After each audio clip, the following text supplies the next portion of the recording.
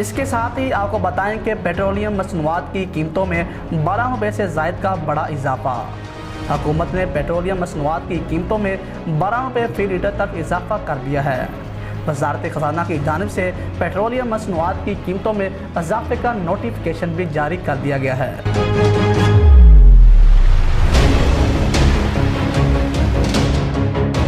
जो फौरी तौर पर नाफिजुल अमल हो गई। जारी अलामिया के मुताबिक डीजल की कीमत में 12 रुपये 44 पैसे का इजाफा किया गया है, जबकि पेट्रोल की कीमत में 10 रुपये 49 पैसे और मिट्टी का तेल 10 रुपये 95 पैसे महंगा किया गया है। लाइट डीजल ऑयल 8 रुपये 84 पैसे महंगा किया गया है।